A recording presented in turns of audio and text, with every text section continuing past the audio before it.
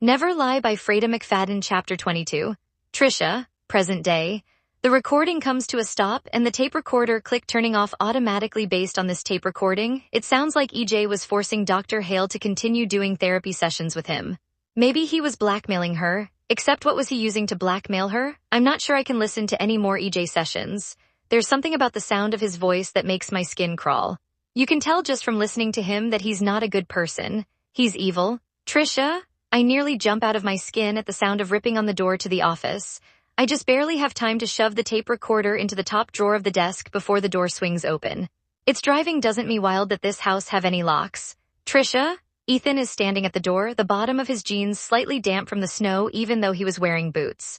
What are you doing in here? I pick up a pen that was lying on the desk and tap it purposefully against the shiny wooden surface.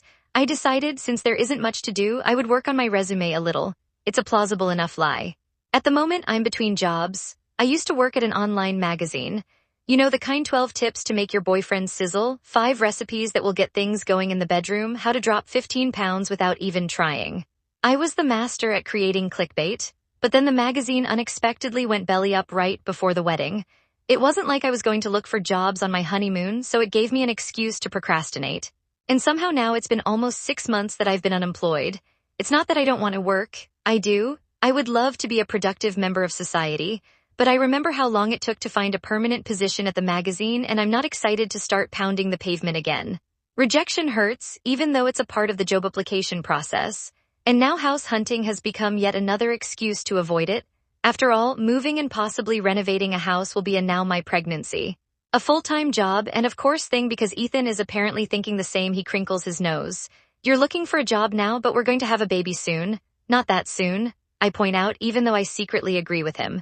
I don't know if I'll take anything, but it can't hurt to look, right? Right, I mean you can look if you want, but if you want to stay home during your pregnancy, I'd be okay with that. He grins at me.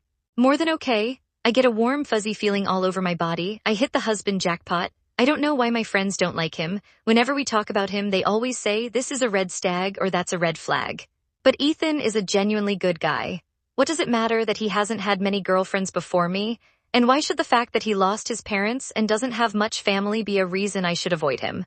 My mother would say they're jealous. After all, I have a gorgeous, wealthy husband who just wants me all to himself. I clear my throat. Did you get the laptop? He holds his MacBook up triumphantly. I almost sunk into about 6 feet of snow, but I got it. I look around the room. When we first came in here, Ethan's eyes lit up and he had talked about how much he wanted to make this room into his office. Do you want to work in this room? Actually, he says, not really. It's a big room and the furniture is nice, but there's no natural light in here. There's just that one tiny window. I glance over my shoulder at the window in question. He's right, most of the rooms have these huge picture windows, but this room doesn't. Maybe that's why she chose it to be the room where she saw patients, because it's so isolated. So I'm going to go work upstairs, he says. You can stay down here if you'd like. Maybe I will. And it's great that you're working on your resume, he adds, but for the record, I'll happily support you for the rest of your life if that's what you want. It's not what I want, but my cheeks flush with pleasure at the offer. He means it, I know that much. He wants to spend his life taking care of me. Of course, my friends would probably call it yet another red flag. He's trying to control you with money. Bullshit, he's just a good guy. Anyway, Ethan says, are you all right down here? Is there anything you need? No, I'm fine. Are you sure? I'm sure, really. Now my cheeks are hot because I feel bad that I want him to leave. I want him to go away so I can continue listening to these tapes. It's quickly become a bit of an addiction.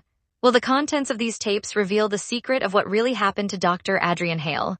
I can't leave this house without finding out. I open the bottom drawer of the desk. I rifle through the cassette tapes inside and the one that's different catches my eye. Luke, the boyfriend. Why does she have a recording of her boyfriend? I pull the tape out of the drawer and remove it from the cover. I eject the session with EI and I put the new tape inside the player. Then I press play. You've just finished chapter 22. If you're enjoying this audiobook, please like, share, and subscribe for more chapters. See you in chapter 23.